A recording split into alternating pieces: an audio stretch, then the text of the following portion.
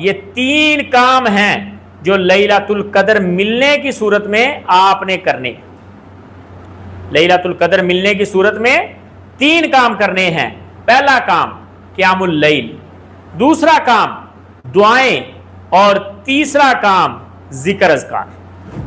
اب علامتیں کیا ہیں لیلۃ القدر کی؟ کیسے ہمیں پتہ چلے گا کون سی لیلۃ القدر؟ میں پھر وہی گزارش کروں گا جو میں عام آپ لوگوں کی خدمت میں رکھتا ہوں کہ حضرت جی اگر نام بھی پتہ چلے کہ کون سی رات ہے لیلۃ القدر کی تو ہم 5 راتوں کو عبادت کر لیں یار، کوئی مشکل کام ہے؟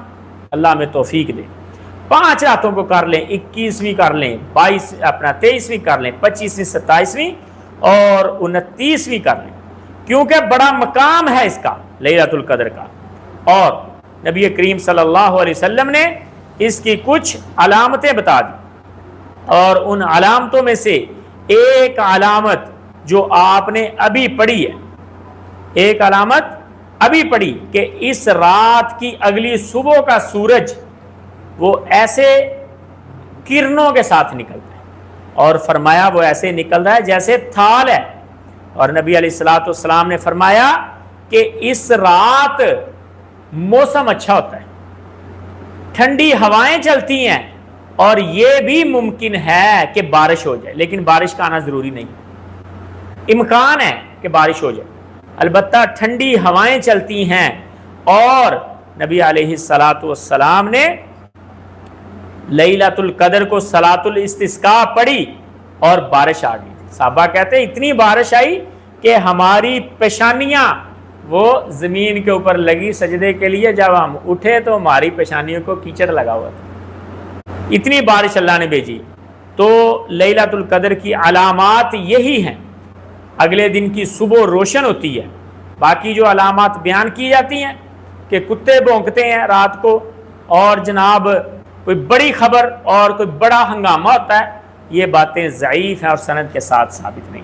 ہمیں لیلۃ القدر تلاش کرنی چاہیے، لیکن لیلۃ القدر اگر نہیں ہمیں ملتی تو کم از کم ہم 5 راتوں کی عبادت کر لیں۔ حتمی طور پہ نہیں کہہ سکتے کہ 27ویں ہے یا 21ویں ہے یا 23ویں، کسی سال کوئی، یہ پتا چلے گا علامتوں سے۔